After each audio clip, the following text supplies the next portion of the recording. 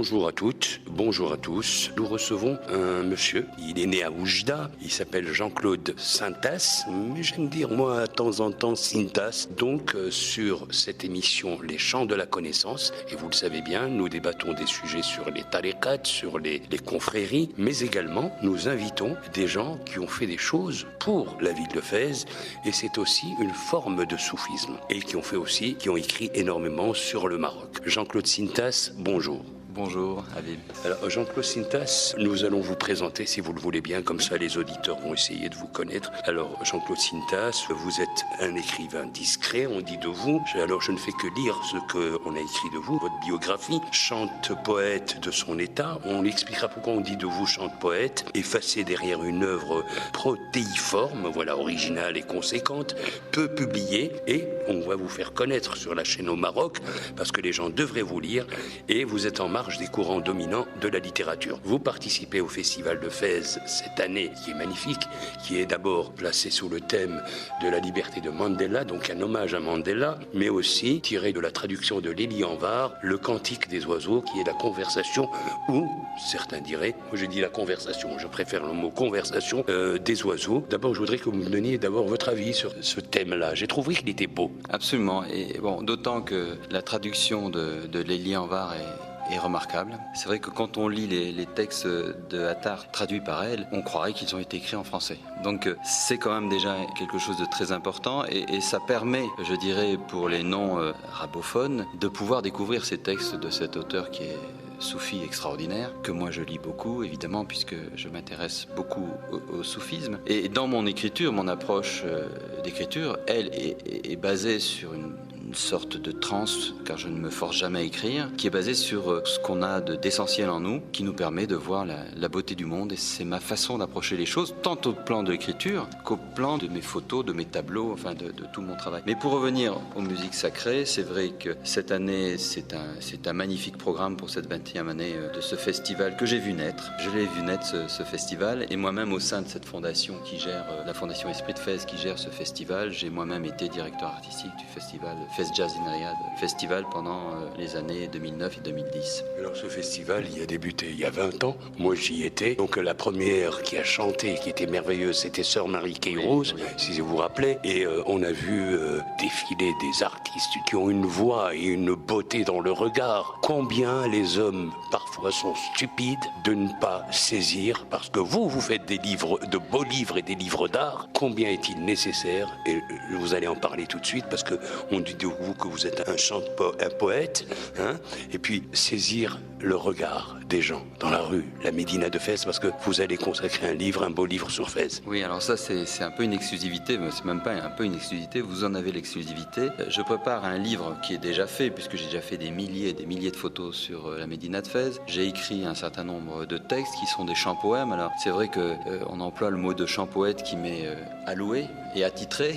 Pourquoi ? Parce que je considère qu'un texte ne peut pas seulement rester sur le papier. Il faut qu'il sorte de ce papier et qu'il sorte de mille façons. C'est-à-dire qu'il peut sortir aussi par un prolongement de photos, par un prolongement de festival, par un prolongement de rencontres, de partage comme aujourd'hui, par un prolongement de festival de musique sacrée où je peux lire certains de mes textes. Tout cet ensemble fait que je veux sortir mes textes du papier et les faire vivre autrement. Nous allons donc présenter un peu vos bouquins, parce que ce sont de beaux livres. Et les beaux livres, il ne faut pas les poser dans une bibliothèque et les regarder. C'est ce qui arrive à tout le monde. Moi, généralement, je les feuillette, je les lis. Et quand il y a bien sûr un texte de poésie, ça explique les photos qu'il y a et l'artiste qu'il y a derrière, qui est vous, Jean-Pierre-Claude Sintas, ou Sintas.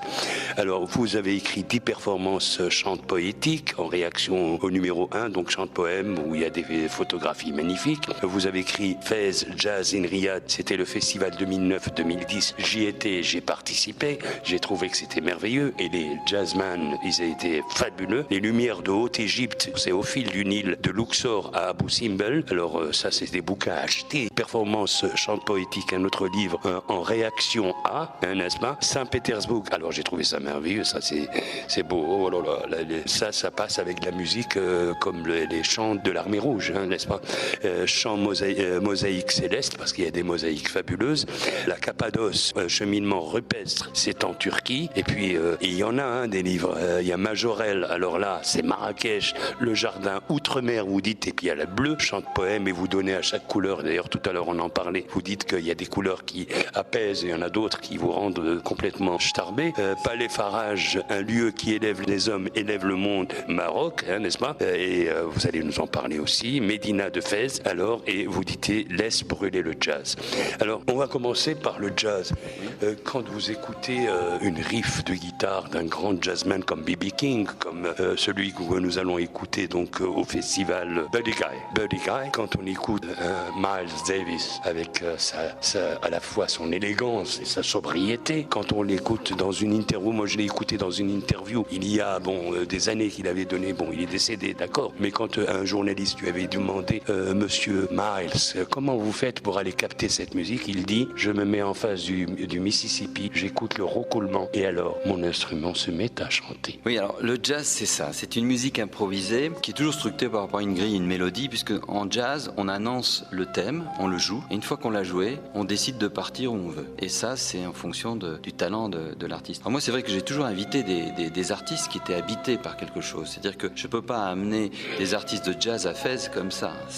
Ça ne peut être que des gens qui sont en cheminement et qui leur musique retrace ce cheminement. Quand je prends les Golden Gate Quartet qui, une heure avant, font leur prière, se concentrent avant de monter sur scène, c'est qu'ils veulent apporter autre chose que de la musique. Ils veulent dépasser la musique. Lorsque Monica Passos, pareil, vient et qui est de la bossa nova, jazz bossa nova, a aussi cette démarche. Louis Winsberg, par exemple, qui est un guitariste extraordinaire du sud de la France, reconnu mondialement, lorsqu'il vient à Fès, je décide de lui faire rencontrer le Marilem El Meknassi Abdendi El Fakir pour le mélanger à sa musique. Et ils décident de jouer ensemble. Et à un moment donné, on était en répétition dans un riad de la Médina de Fès et Louis Winsberg se met à jouer un morceau que j'avais du mal à reconnaître puisqu'il jouait sur chaque note, il jouait un accord parce que c'est un type qui a un sens de l'harmonisation extraordinaire. Et en fait, c'était la Marseillaise, l'hymne français. Alors il me dit, est-ce que je peux jouer l'hymne français au Maroc? Je dis, il n'y a aucune raison. C'est un acte tout à fait naturel. D'autant que ton harmonisation est absolument incroyable. On ne la reconnaît pratiquement pas. Et là-dessus, El Fakir se met à jouer l'hymne marocain sur l'hymne marseillais, sur la Marseillaise. Et là, on se dit, mais attends, on tient un truc formidable. Et le spectacle s'est terminé de cette manière, c'est-à-dire que dans le Palais Bata de la Médina de Fès, à la fin du spectacle, a commencé à arriver un gnawa d'un côté, un autre percu de l'autre, etc. Sont venus se mélanger à la Marseillaise, qui elle-même, cette Marseillaise, s'est transformée en hymne marocain. Et ça a été une espèce de rapprochement des deux rives de la Méditerranée qui s'est fait ce soir-là. Et ça a été une folie. Le public était complètement heureux et dans le partage. On n'était pas dans le spectacle uniquement. On était vraiment et la musique peut permettre ça. Et le jazz peut permettre ça. Parce que le jazz, on peut mélanger absolument toutes les musiques, puisque c'est une musique qui vient d'Afrique, qui vient de ce continent. Elle est née là et elle a été développée sur d'autres continents. Mais le fait de la ramener sur ce continent lui donne encore une valeur supérieure. Vous allez préparer un truc sur Fès qui ne ressemble pas du tout aux autres livres, aux beaux livres, parce que c'est pas donné à tout le monde d'écrire sur quelque chose. D'abord, il faut avoir la patience de regarder. Et je crois que cette patience, je le vois dans votre regard et dans votre sourire. C'est très rare de voir chez les gens, il suffit de voir leur physionomie pour dire il est serein. Et quand on entre dans un havre de paix comme celui-ci, que je trouve, Médina de Fès laisse brûler le jazz, je suis sûr que vous êtes là en train de regarder et que vous restez silencieux. Alors vous essayez de regarder le moucharabier, vous essayez de regarder l'acte qui est fait, qui a été fait depuis des centaines et des centaines d'années, qui a été fait donc à base d'œufs et de paille et travaillé sur le mur même, et que vous vous imaginez ces gamins montant des échelles et travaillant avec leurs petits doigts. Et moi, je suis contre quand on dit qu'il faut laisser les enfants aller à l'école. Non, il faut les laisser aller à l'école et aller voir le ma'allem. Le zellij, je suis sûr que vous avez étudié le zellij, parce qu'on ne regarde pas le zellij comme ça, comme un touriste. Non, on le regarde comme quelqu'un qui est serein à l'intérieur. Est-ce que vous avez eu ce regard-là? Bien, c'est vrai que quand on regarde la première fois un zellij, bon, on en prend plein les yeux, et puis bon, ça s'arrête là. On peut le regarder comme un touriste, faire 3 photos et dire c'est magnifique, c'est beau, et puis passer son chemin, et puis voilà quoi. Et puis un beau jour, on se dit non mais attends, c'est incroyable, parce que je suis allé voir des zéligeurs tailler leur. J'ai suivi des zéligeurs rénovateurs aussi de Riyad, donc j'ai vu comment ils reposaient, retaillaient les pierres pour les mailles pour refaire les pièces qui manquaient. Le djebs, c'est pareil, les stucs, quand on voit qu'il étale ce plâtre qui est un plâtre particulier qui est blanc à Fès, qui est légèrement jaune à Marrakech, et qui après il se met avec son scalpel à sculpter ce plâtre, et il sort quelque chose d'absolument incroyable de ce morceau de plâtre. Là on commence à vouloir s'y intéresser. Alors moi je m'y suis plus qu'intéressé, puisque non seulement j'ai rencontré ces ma'alem, ces maîtres de ces différents métiers, que ce soit pour les ouaks, que ce soit pour les peintures sur les portes, les peintures florales ou les peintures géométriques. Enfin, il y a différents styles. Et puis j'ai potassé les fameux Paccard, André Paccard, qui a été l'architecte de feu Sa Majesté Hassan II, qui a rénové tous les palais du Maroc et qui, en profitant de cette rénovation, a photographié jusqu'à 12 000 photos dans cette Bible d'André Paccard qui est exceptionnelle. Donc je l'ai entièrement lu, je l'ai entièrement étudié, et je me suis aperçu de l'immensité de cet art traditionnel marocain, né d'Andalousie, puisque notamment les éluges viennent des azulejos, qui était une autre forme plus, je dirais, moins sophistiquée que les éliges. Le zélige, à la différence d'autres mosaïques, ne représente pas de forme, puisque l'islam veut qu'il n'y ait pas de forme représentée ou de personnage représenté. Donc ce sont des formes géométriques, avec des couleurs. Et alors là, quand on parle des éliges, pour ne parler que des éliges, mais on pourrait parler de toutes les autres formes, que ce soit les moukarnas, enfin bon, il y a tas de choses dans l'art traditionnel marocain qui est d'une excellence, très haute excellence, c'est vraiment exceptionnel. On s'aperçoit que à partir d'une étoile, puisque tout part d'une étoile, et le nombre de branches de l'étoile représente la difficulté et voire même la richesse de celui qui a commandé ce zélige. Alors quand on voit ce genre de choses et qu'on saisit ce genre de nuances, on est capable de lire une maison qui est plus ou moins sophistiquée, ou des zéliges qui sont plus ou moins sophistiqués, élevés, et qui donnent des dimensions de repos, souvent de repos, parce que c'est infini ce zélige. Si vous le regardez, vous pensez le maîtriser, et en fait, vous ne le maîtrisez jamais parce que vous entrez en vous-même quand vous regardez. Il y a une forme de lecture de l'indicible dans le zélige. Alors, Jean-Claude Sintas, pardon. Non, c'est la même chose. Je suis andalou d'origine, donc on peut dire Sintas. Alors, ce qui est merveilleux, c'est que vous décrivez les choses d'une manière très géométrique et très symétrique. On va aller dans la symétrie, la géométrie, si vous le voulez bien, parce que on ne peut pas écrire un livre sur la ville de Fès quand on n'a pas eu cette éducation à la fois de regarder l'art, mais aussi de regarder la technique. Lorsque vous entrez dans une maison, une vieille de la Médina, par exemple à Riyad, j'ai regardé au départ. Et j'avais eu cette sensation, effectivement, que vous me dites tout à l'heure, on rentre comme un touriste. On en a plein les yeux, plein le regard. Et quand on fait un retour sur soi, on se dit « Oh, que c'est beau ». Mais cela devient plus beau quand le zélige est en parfaite harmonie avec l'écriture qu'il y a au-dessus du zélige, quand il est en harmonie avec le plafond qu'on appelle zouaka, c'est-à-dire quand le ma'allem peint le plafond sur la hauteur et non pas dans son atelier. Et quand il est en harmonie avec le tapis, c'est-à-dire une symétrie extraordinaire. Et je crois que l'Andalousie... Et plus qu'une symétrie, une harmonie, vous avez utilisé le mot, c'est vrai que... et quand on voit que tous ces artisans, lorsqu'ils travaillent de cette manière, sont dans une démarche pas technique, ils sont dans une démarche spirituelle, c'est-à-dire qu'ils se laissent aller dans cette complexité pour finalement rendre les choses simples, alors que c'est immensément complexe. Et ça, c'est quand même... c'est ce qui donne... dans cette harmonie, quand on rentre dans ces lieux, pourquoi on se sent bien, pourquoi on se sent serein. C'est cet ensemble-là, et c'est cet ensemble d'artisans différents qui vont tous sur le même chemin, quoi. Alors, dans cette émission, le chant de la connaissance, parce que quand on dit chant de la connaissance, il n'y a pas que le chant, il y a aussi, parce que quand il y a harmonie, il y a chant entre les couleurs, ça c'est certain.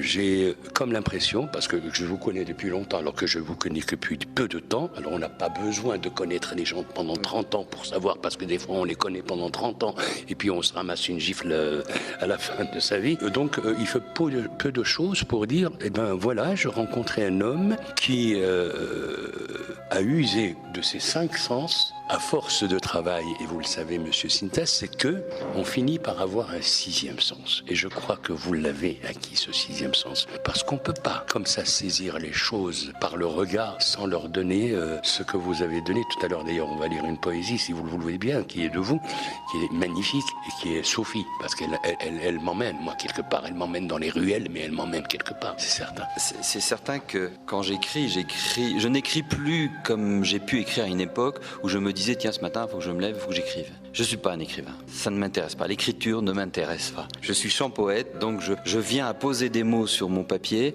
que parce que à ce moment-là, je me sens poussé par quelque chose. Et à ce moment-là, je pose mes mots. Et quand je les pose, d'ailleurs, je ne sais pas ce que j'écris. Je ne sais pas ce que j'écris. C'est simplement, et généralement j'écris, je le pose dans un coin, et 2 jours plus tard, je reprends ce texte, et je me dis, non, c'est pas mal ce que j'ai écrit, quoi.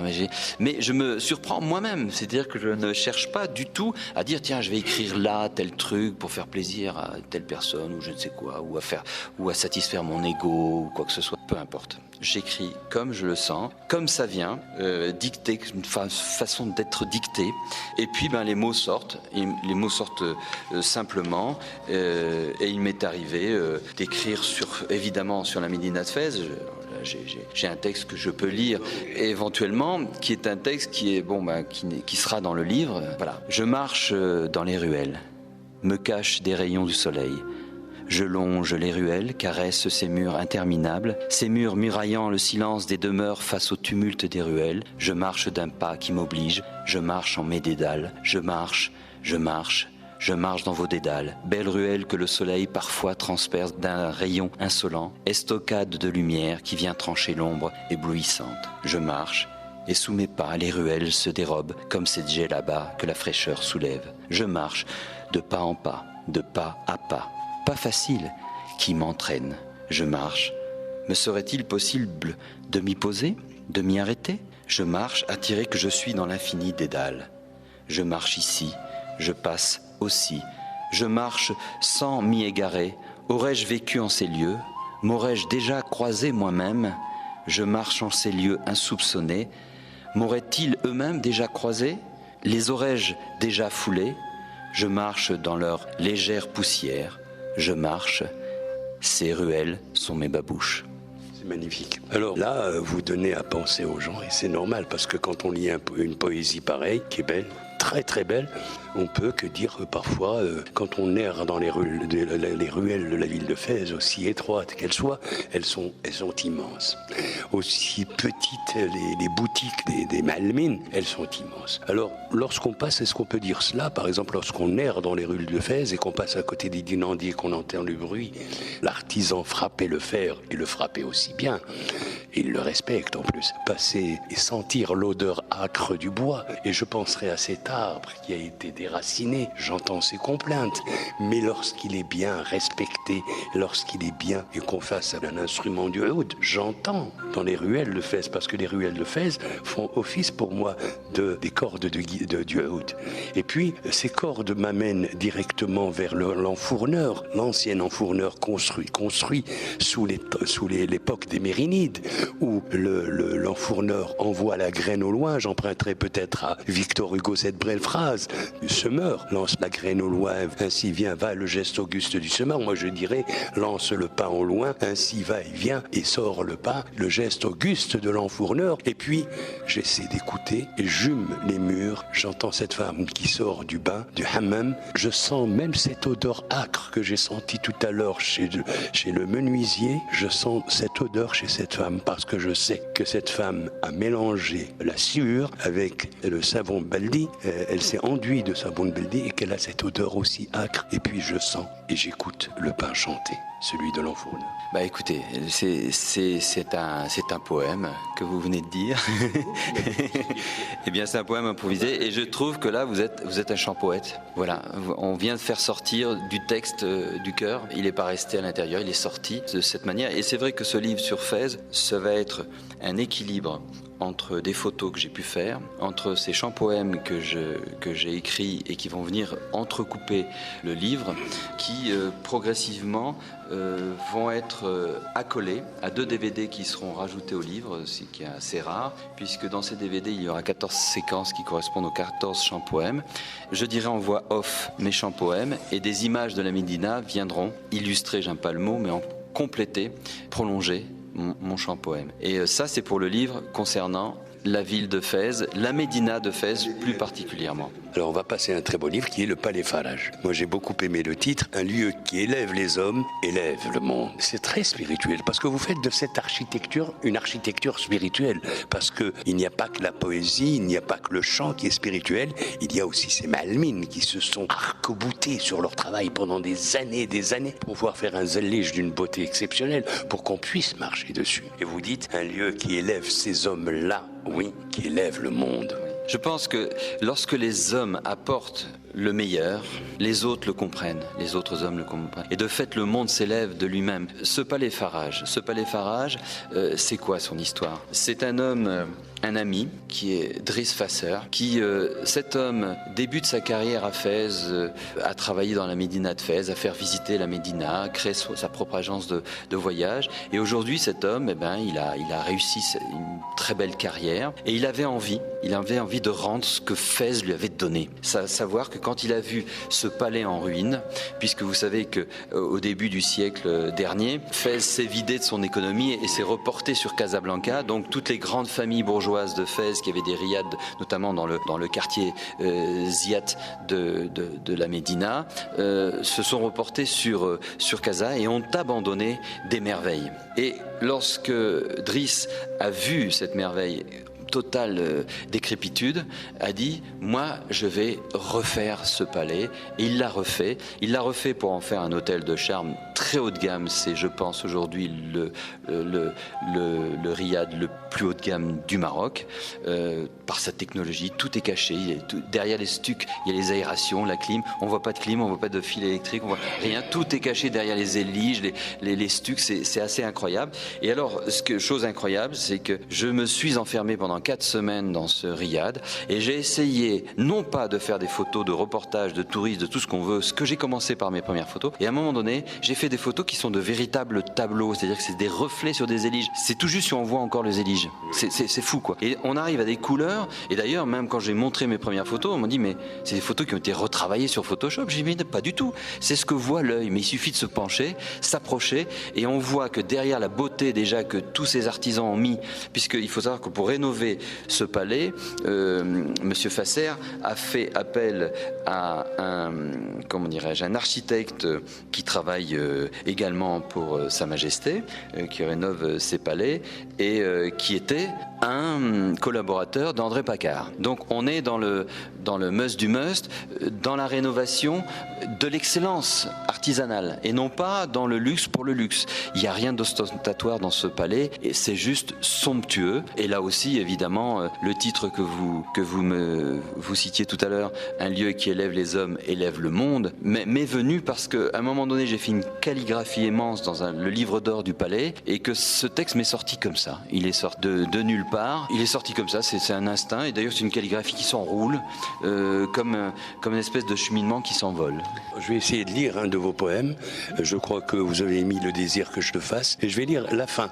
Un lieu qui élève les hommes, élève le monde. Il fallait que cette terre poursuive son rôle de tradition, de transmission. Chacun transmet ce que les anciens nous transmettent. Notre chemin chemine, poursuit sereinement et spirituellement sa route en ce lieu d'architecture et de tradition. Dans ce pays, sur cette terre qui m'a vu naître, il me fallait encore et encore parler, m'y entretenir, m'y embellir. On ne remercie et sacralise que ce qui grandit le monde. Et l'on pourrait humblement poursuivre en ce lieu de Fès en disant un lieu qui élève les hommes, élève le monde.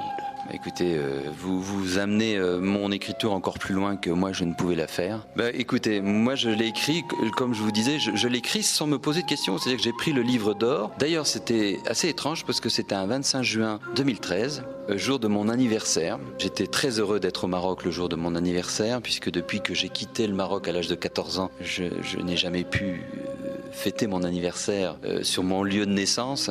Et c'est vrai que ce jour-là, ce texte est sorti, mais il est sorti parce que il y a deux personnages dans ce palais qui ont tout mis, qui est Evelyne et Driss Fasser, qui ont tout mis pour rénover ce palais. Evelyne, pour qui j'ai une pensée énorme puisqu'elle est décédée il y a quelques mois. Et donc, ce livre qui va être fait est un livre d'une lecture contemporaine de la tradition marocaine. Jean-Claude, j'ai envie qu'on parle de Majorelle. Voilà. Oui. Vous êtes allé à Marrakech. Quand on va parler de Majorelle, c'est pas la même manière. Le regard porte sur telle ou telle riad. C'est autre chose. C'est un autre regard. C'est le regard d'abord de votre livre qui est magnifique. Majorelle, le jardin outre-mer. Alors, c'est aux éditions Comme Unique, c'est ça? Comme Unique, voilà. Pas mal. Et puis, j'appelle les auditeurs et les auditrices, ceux qui aiment la peinture, ceux qui aiment l'histoire. Car celui qui ne connaît pas son histoire, l'histoire de son pays, ne connaîtra même pas sa propre histoire. Alors autant lire, regarder de belles choses et puis nourrir son esprit de belles choses. Et on va nourrir là notre esprit de ce grand artiste plasticien, artiste peintre, le Bleu de Majorelle qui est connu dans le monde entier. Le livre Majorelle donc, et vous dites, est un vibrant hommage, chante poétique également et photographique rendu à ce jardin. Vous vous rendez à ce jardin à Marrakech, Jean-Claude Cintas. Vous êtes l'auteur, vous avez dédié plusieurs exemplaires à cet homme. À la manière d'un peintre qui ne fait qu'un tableau à la fois, cet ouvrage mériterait une édition pour un public plus large. Et effectivement, je le pense, je le crois. Qu'est-ce qui vous a poussé à parler de Majorelle, à aller à la rencontre de Majorelle? Parce qu'il n'est pas là, mais on va à sa rencontre. Je vais vous répondre, vous allez être surpris, mais rien. C'est-à-dire qu'en fait, je prévois pas ce que je vais faire. Je rentre dans ce jardin, je suis émerveillé. Et la seule chose que je pouvais faire, c'est j'avais mon appareil de photo évidemment toujours avec moi. Je commence à prendre des photos. Pendant 1h30, je prends des photos. J'aurais pu passer 3 heures, 4 heures, 5 heures. Le temps n'a plus. C'est un temps circulaire. On n'est plus dans un temps linéaire lorsqu'on rentre dans cet état de transe. Et donc j'ai pris ces photos. Et puis voilà. Puis j'ai mis ça dans un tiroir en disant à ce moment-là, comme on dit aujourd'hui, j'ai pris mon pied à faire quelque chose. Et puis voilà. Et puis quand j'ai repris ces photos, évidemment quelques temps après, je me suis dit mais c'est étonnant ce que j'ai pris là. J'ai pas pris. Et puis ce qui m'intéressait dans le jardin Majorelle, c'était ce passionné de peinture, et c'est ce talentueux Majorelle, qui se passionne pour les cactés, qui en importe de toute l'Afrique, de tout le monde, qui fait un jardin, qui est un paradis sur terre, qui un beau jour se fait construire une maison contemporaine, donc il fait construire une maison contemporaine à Marrakech, et il fait mélanger ce contemporain à tout l'artisanat, stuc, zélige, du Maroc. Et on a cette maison, cette villa centrale de Majorelle qui est d'une modernité incroyable, qui était son atelier à l'origine, qui aujourd'hui est le musée Berbère, puisque c'est un musée extraordinaire. Voilà. Et donc, je suis parti de cela. Évidemment, j'ai écrit aussi, puisque j'associe mes photos, ou inversement, le texte à mes photos et inversement. Et j'ai écrit à ce moment-là. On va vous écouter, parce que là, il y a d'autres choses. C'est ce que je dis aux auditeurs, il faut lire, parce que c'est très important pour connaître l'auteur. D'abord, il faut lire, et pour connaître Majorelle, il faut lire. Et il faut y aller sur place, avec le livre, donc avoir le livre à la main. Alors, les poèmes sont assez longs, mais je vais prendre peut-être la fin de ce poème qui s'appelle Bleu Majorelle, bleu majuscule. Alors bleu Majorelle avec un M majuscule, et bleu majuscule avec un M majuscule. Au milieu de nulle part, planté là où l'on ne s'y attend pas. Planté là, la villa atelier cubiste du maître des lieux s'impose. Les lignes rectilignes s'affrontent aux arabesques des stucs et des lianes de zéluge. Les lignes rectilignes soulignent la perfection désordonnée de la nature. Dans ce paradis bleu, les cactés caquettent de bonhomie, les oiseaux piaillent et bavardent d'insouciance. Et si par hasard, nos pensées s'échappaient ailleurs, elles seraient vite rattrapées par l'aura ensorceleuse de l'agora. Cette aura nous appelle à la récréation et à la suspension du temps. Stop, arrêter tout, se poser là, s'extraire du monde pour être en ce monde, se laisser bercer de quelques vers baudelairiens et entendre le bonheur. Là, tout n'est qu'ordre et beauté, luxe, calme et volupté. Voilà, d'ailleurs, Baudelaire s'y serait plus, hein, je crois qu'il n'y a aucun doute. Et s'il avait été là-bas, il n'aurait pas quitté le jardin de Majorelle.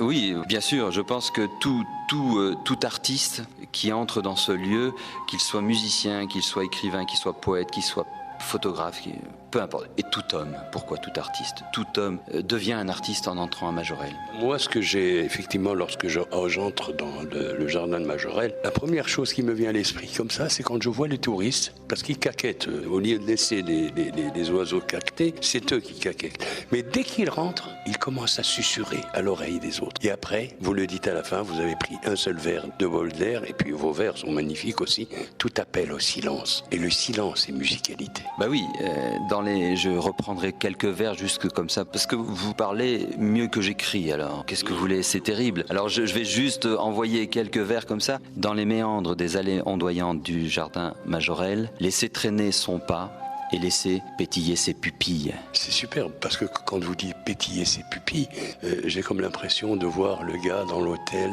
avec le truc de thé en train de verser de la taille, et puis on voit l'espèce de couche magnifique qui monte sur les bords du verre. Et l'odeur de la menthe et du sucre même qui remonte comme ça. Non, là c'est un béret de poésie que nous nous servons tous les deux aujourd'hui.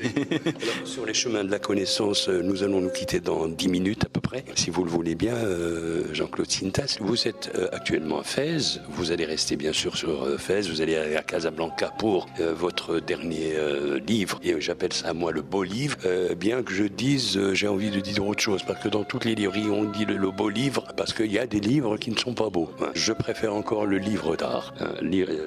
Et là, effectivement, quand on voit votre livre sur Majorelle, effectivement, vous devenez pratiquement l'auteur de l'auteur. Mais parce que en fait, il faut. Moi, j'ai une formation qui est assez multiple. J'ai fait l'école du journalisme, mais j'ai fait l'école du journalisme sur le plan rédactionnel, mais j'ai fait l'école du journalisme sur le plan de ce qu'on appelle dans le journalisme le secrétariat de rédaction et la maquette.